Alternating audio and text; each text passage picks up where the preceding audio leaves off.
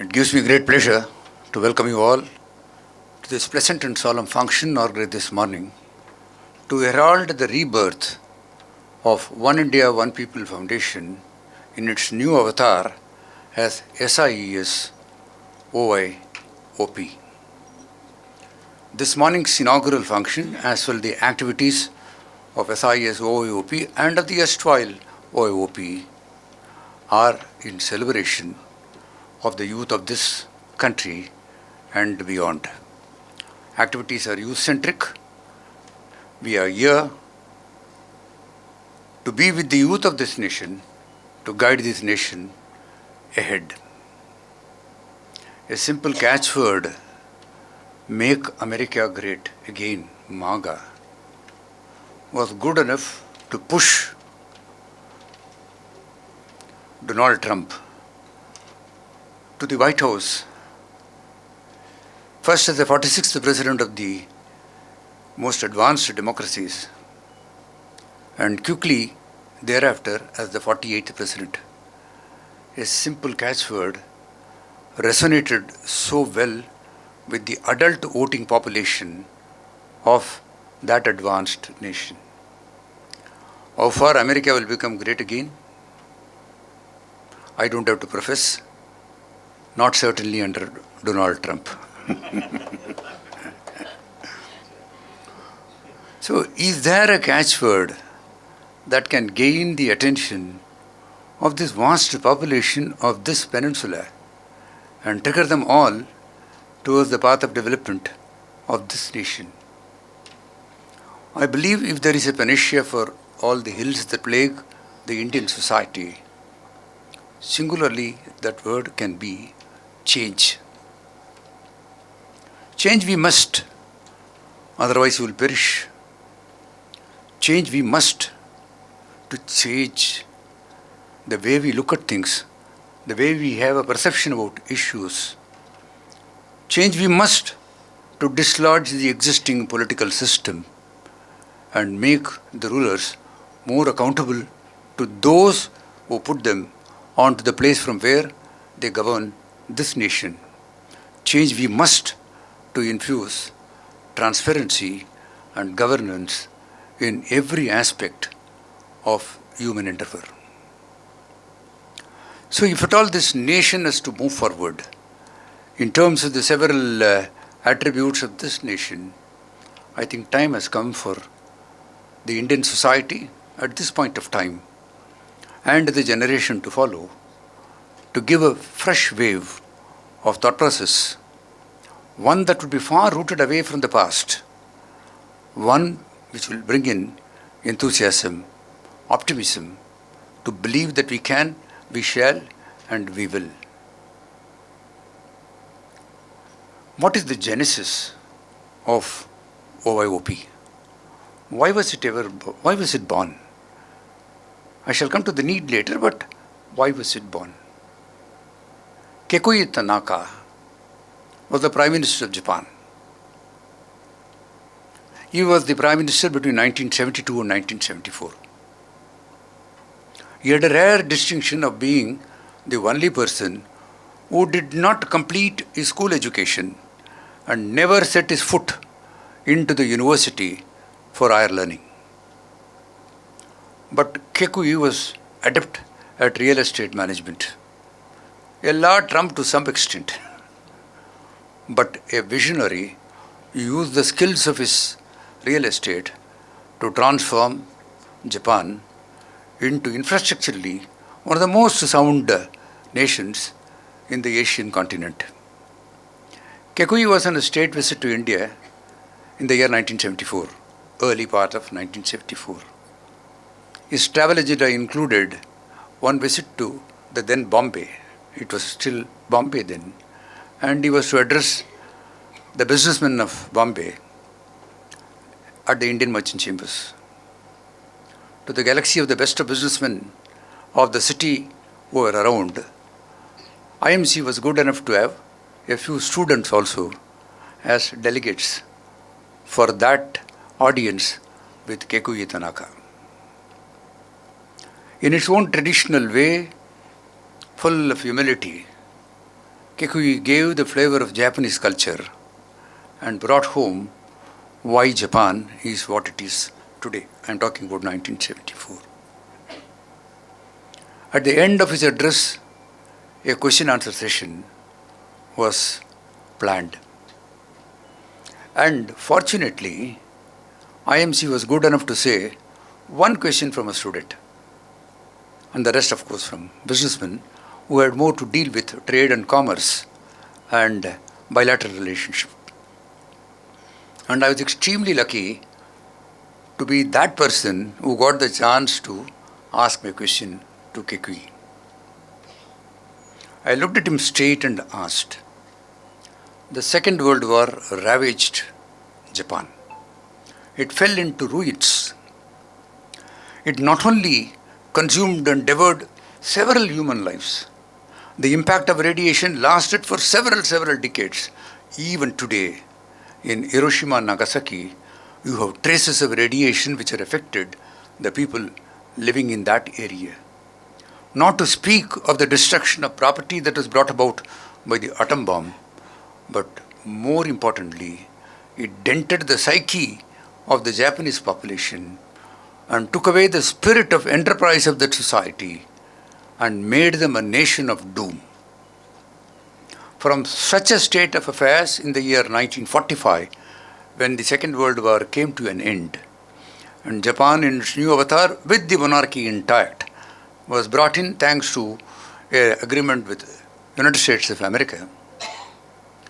In about 2.5 decades from then, 74, now I'm going to 74, Japan was counted as one of the most developed nations of the world, both in terms of GDP, in terms of infrastructure, the learning systems of the people, and above all, that culture that they were able to transfer and transmute to the rest of the world. Around the same time, 1.5 years later, in 1947, we got our independence, freedom from foreign yoke. 240 years of colonization was brought to an end. It is true that the British ravaged India, looted all its material wealth, left it to penury. But much more than that, they took away the culture and the identity of this blessed land of ours by imposing onto this nation their system of education, unmindful of what was subsisting and obtaining at that point of time. After the British left, democracy was ushered in, we became a republic. And by 1974, which is the common time, India continued to limp. It was a laggard in that sense of the term. At best it could be called as a developing economy, and that too at the lower rung of development. There was abject poverty in the country. 1/3 of the total population of this country lived below the poverty line. So I asked Kikuyi, what is the difference of a nation which has become the most developed nation of the world in the same period of 25 years or thereabout, and one nation which has not found its feet? And all the promises that the founding fathers of this nation had given unto us when they ushered in freedom for us through that bloodless revolution of the freedom struggle was all evaporated into the thin, and a nation of despondency and despair was left behind. He looked at me straight. He did not wink even a fraction, and then he said, in Japan, we are one people, we have one language, we have one culture, we have one identity, we have one mission, and the mission is to make Japan great. Your country boasts of unity in diversity. Unity in diversity is a good slogan to tell the world about your culture.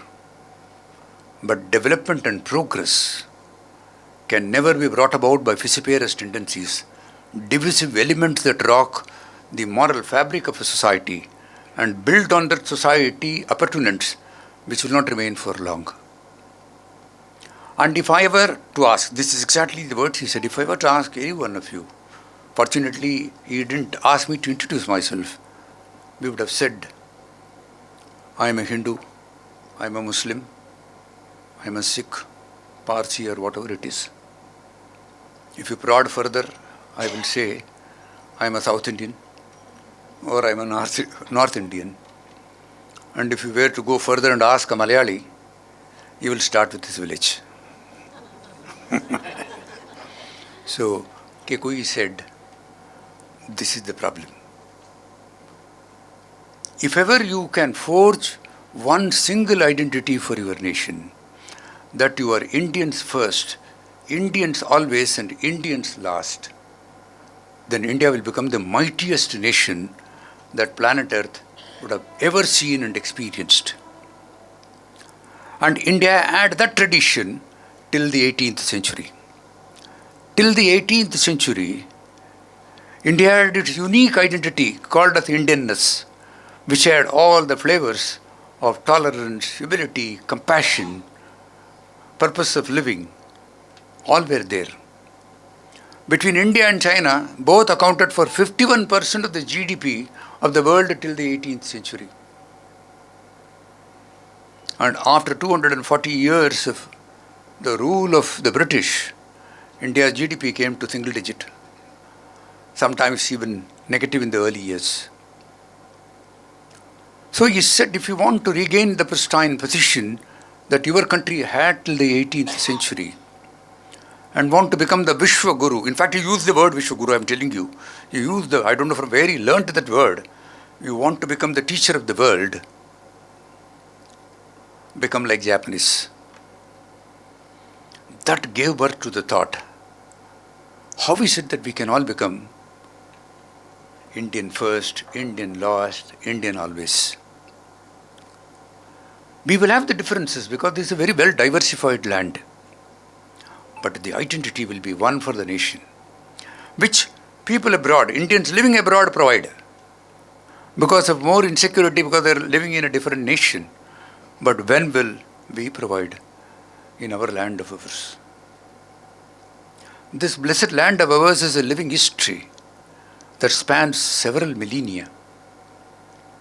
Westerners have always wondered, despite the diversity of its culture, the expanse of its land, the several languages that are spoken over here, how is it this nation has remained united, despite the fact that several powerful nations, far more powerful than India, have balkanized and fragmented into smaller nations, ever at war with each other, disturbing the peace equilibrium of the world. This ancient land of ours has 18 major languages, 1,600 minor languages, 6,400 castes and subcastes, 52 major tribes, 6 major faiths, 28 states. I don't know whether they've added anything in the last few days. And 7 union territories, all rolled and fused into one, called as Bharat, Hindustan or India. Mark Twain called it in the 1900s as the cradle of human civilization, the birthplace of human speech, the mother of history, the grandmother of tradition, and the great-grandmother of legend.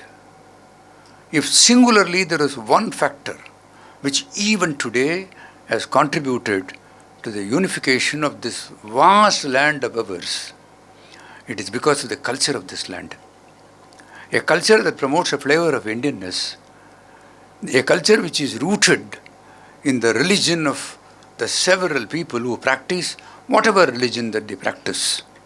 And it is that heterogeneous, homogeneous mix that has given an identity of forging together, living together, coexisting, that India had remained united. And if India has remained united, there is greater possibility, greater strength for India to become great, not only in terms of size and population, but also by what it adds to the world itself.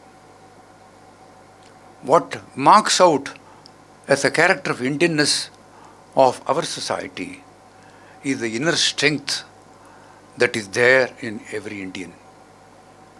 You can see a Westerner collapse at the slightest disturbance in the enviro, but you will find that the Indians will stand for a long time and face it squarely.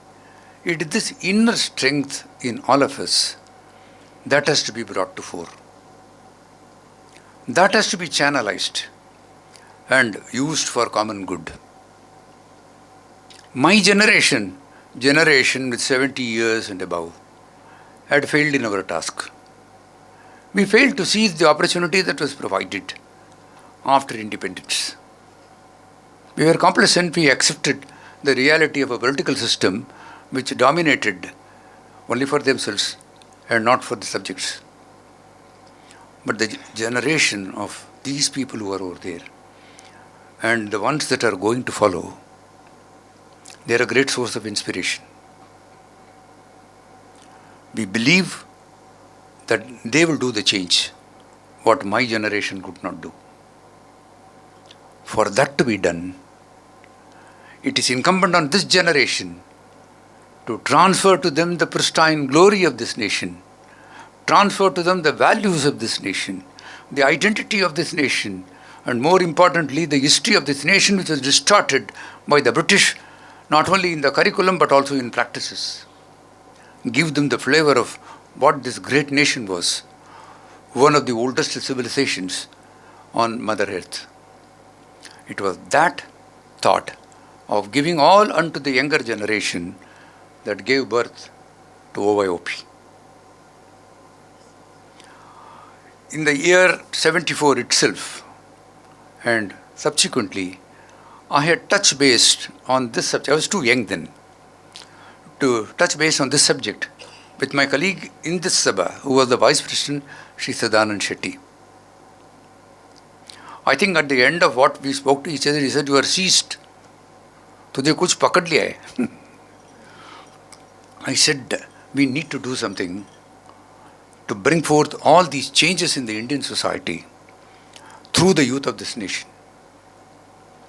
Sadanand was an exceptional businessman who could see good in all the good that's being thrown at him.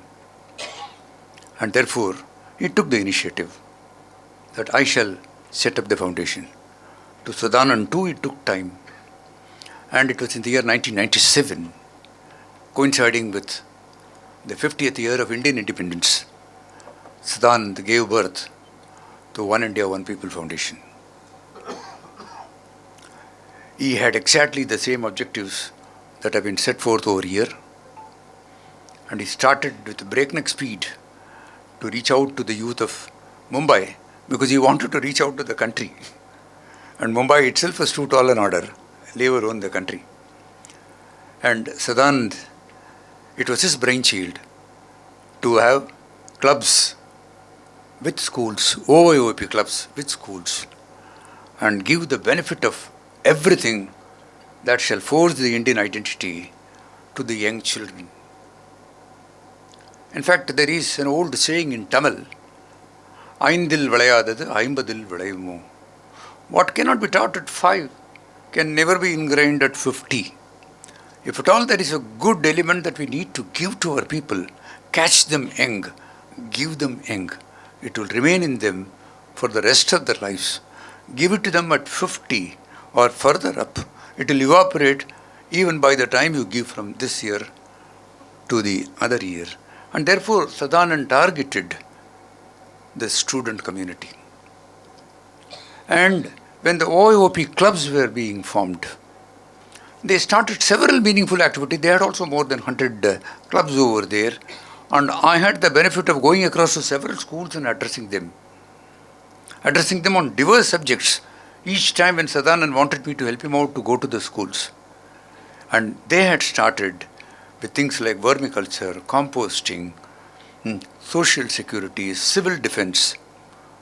And then came the Know India Better, through which he mirrored the greatness and the glory of this nation, and also gave the art and science of the subjects that are being promoted both by OIOP and in this new avatar of SIES, OIOP. With the demise of Sadanand, the activities of OIOP also saw a declining curve. And then came the pandemic, the greatest health disaster that had struck this planet Earth. Every human activity was derailed during that period, and OIOP, the tiniest one, was no exception. It virtually came to the bottom of the barrel. It was under these circumstances, as a tribute to Sadanand Shetty, as a tribute to the cause that he had adopted, endorsed, and practiced through his OIOP, that the South Indian Education Society decided not just to take over the management and the activities of OIOP, but also physically the legal character of OIOP to continue the mission that he had left unfinished. The mandate that is before SIES OIOP is to carry forward that mission, that noble thought of bringing back the pride in Indian society, the patriotic fervor in all of us, not just on the 15th of August, the 2nd of October, and the 26th of January. All through the year 24/7, we will breathe and believe in the nation of ours, which has given us a place from where we were born. So the focus, as I said, was on children, youth of the country, and Sadanand identified students as the youth of the country. If there is one thing which has burgeoned over time from 1947, whose development nobody has ever questioned, is the population of this country. Unabated expansion in the population, which has today given us 1.4 billion people. Just last year, India became the most populous nation on the earth, a distinction which was held by China for several decades, that we displaced them and took that position of being the most populous nation on the earth. But China converted its population into a demographic dividend. It ensured at the school education level itself, the children are instilled with the thought of China and the growth and development of China. It was not Deng Xiaoping who gave it, much before that. Later than Mao Zedong, this wave of cultural revolution, Mao Zedong brought about a different way of cultural revolution, the Gang of Four as we call them. But the one that came later transformed the Chinese society. They became hardworking.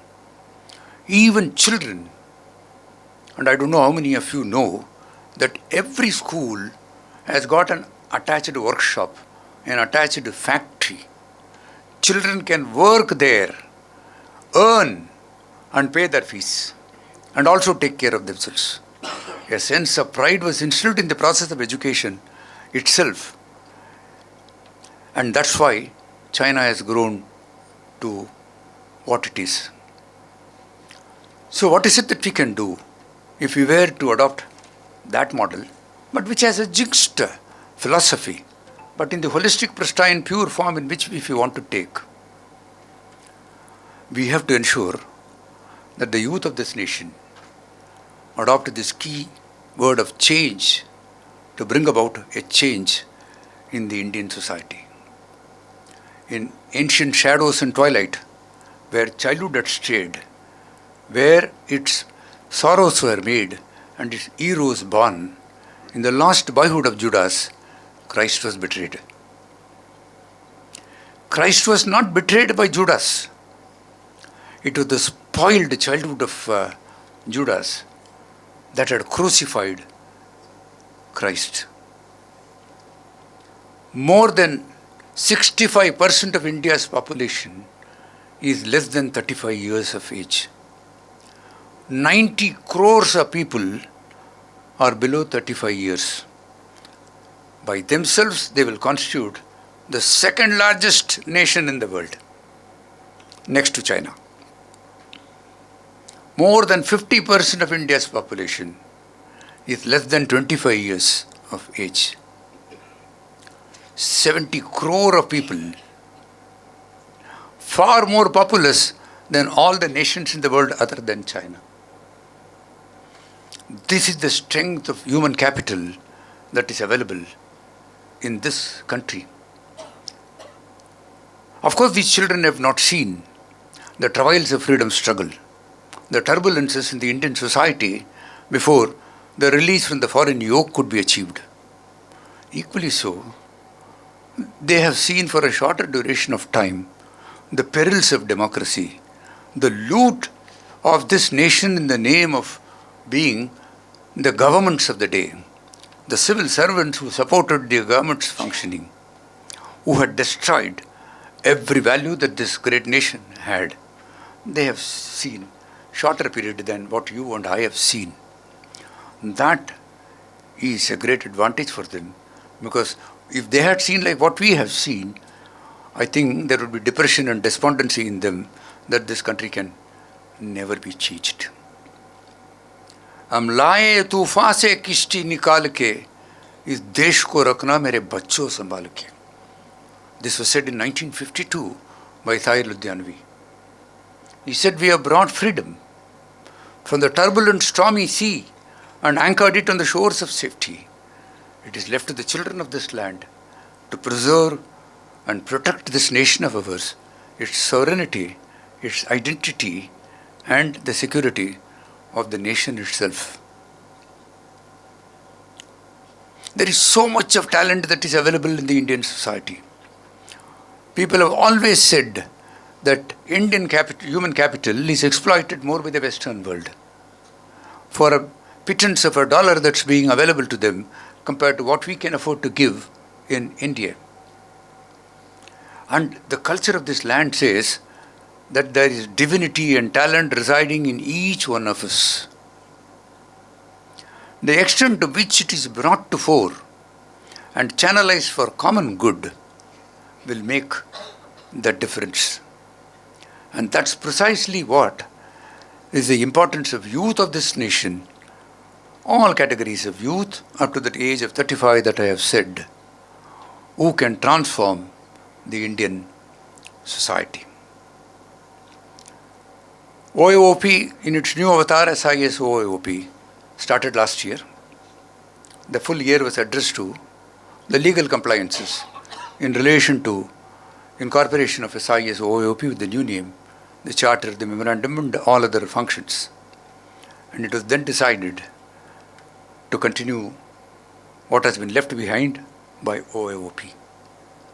Thanks to several of you who had joined the SIES OIOP member clubs, I can promise you one thing, that SIES being a very large institution compared to one individual like Sadanand Shetty will provide a greater value, the greatest value that you can ever imagine as being part of an OIOP club. Time will tell you that. The experience of the morrow will tell you that it's worth being part of SIES OIOP as a member club.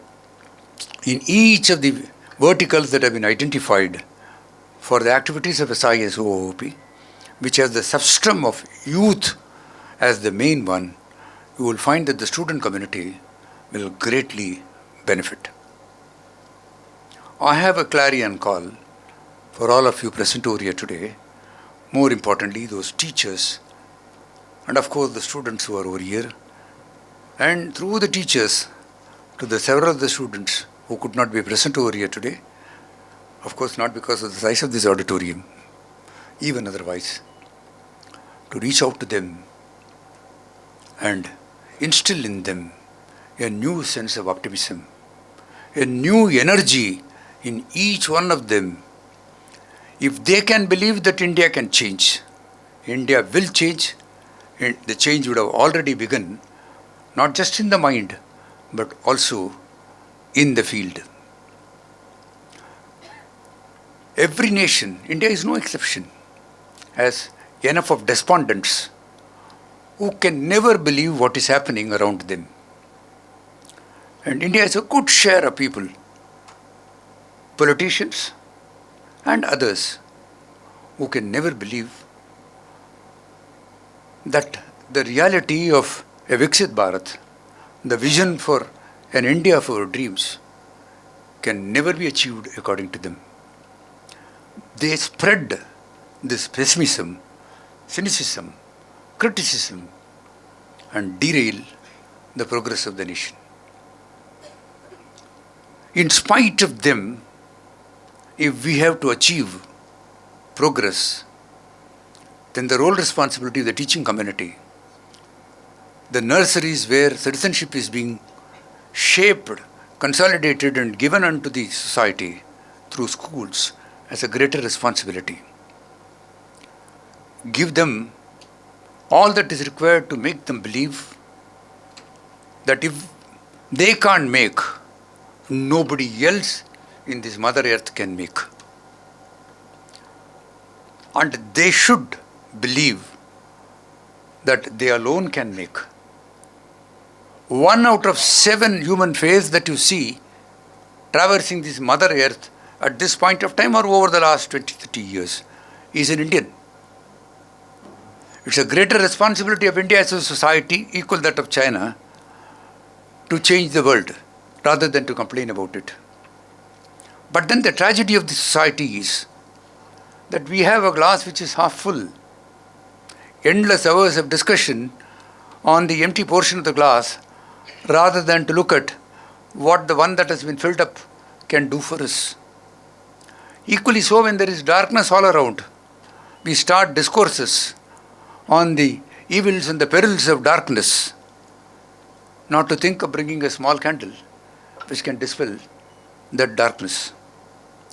Teach our young ones that these will remain in the society, and in spite of them, we should progress.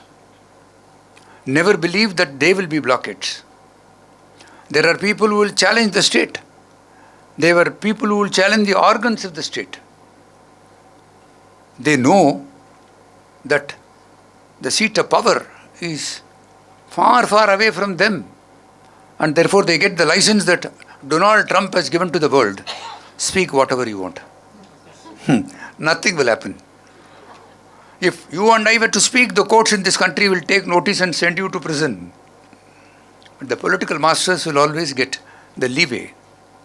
So don't be disturbed by the messages that are emanating from every quarter. This nation is destined to progress. It will progress. In the long history of this nation of ours, which is one of the foremost civilizations, a century can be a paragraph. If you think bigger, it can be a page. To some optimists like me, it can be a chapter. India is destined to become the most developed nation in the world by the turn of 2047, when she would be celebrating the centenary of her independence. If we were to realize this goal of a developed India, I have said enough about the student community, the young Indians who can transform it. I want to go back from where I started. We need the change. That change alone can guarantee whatever we are dreaming and aspiring for. From idle prattle to thought, work and balance, from diffidence to confidence, from despair to hope, from a culture of drift to a culture of dynamism.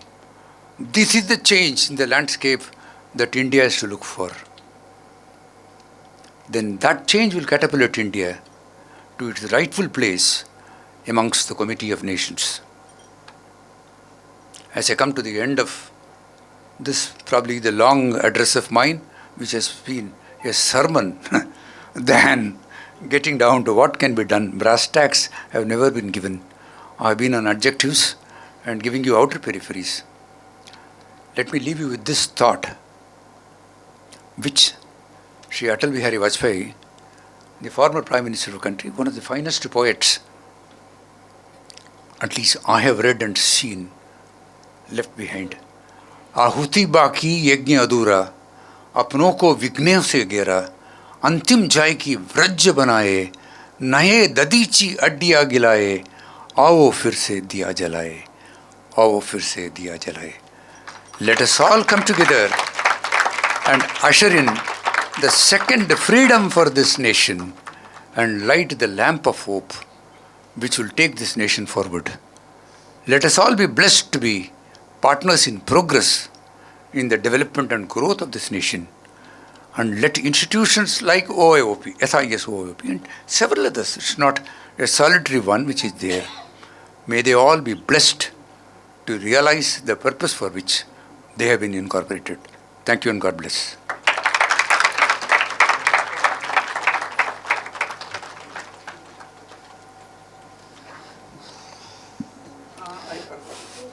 Give me one. Yeah, smart board thing. I totally forgot. I think we were being asked, in a birthday, there are two things that happen.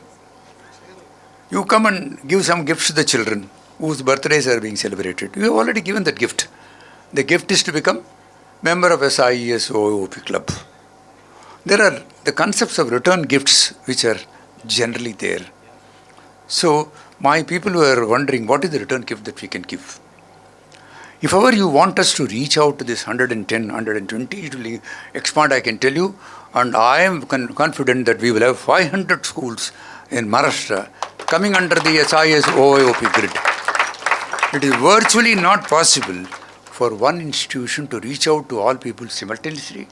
There are only 365 days. We only have 24/7 with us. So the rescue is the digital platform, the online platform by which we can reach out to several people. There are several schools that we have seen who are barely existing to deliver the syllabus-based education.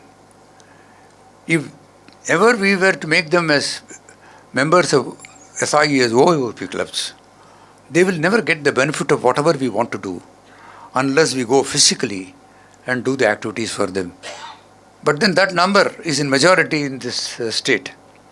So the answer to that is that every school should have smart boards, smart TVs, whatever you call it, which is available to them, so that from one place where we are sitting, we can give the value for the month, break down the elements of that value, and all through the month give them the experiences of the world in relation to those values and put it deep into their minds. So therefore, as part of the birthday gift of OIOP, it was decided to identify 15 schools to whom SIES shall give 50% of the cost of a smart TV so that they can make a beginning.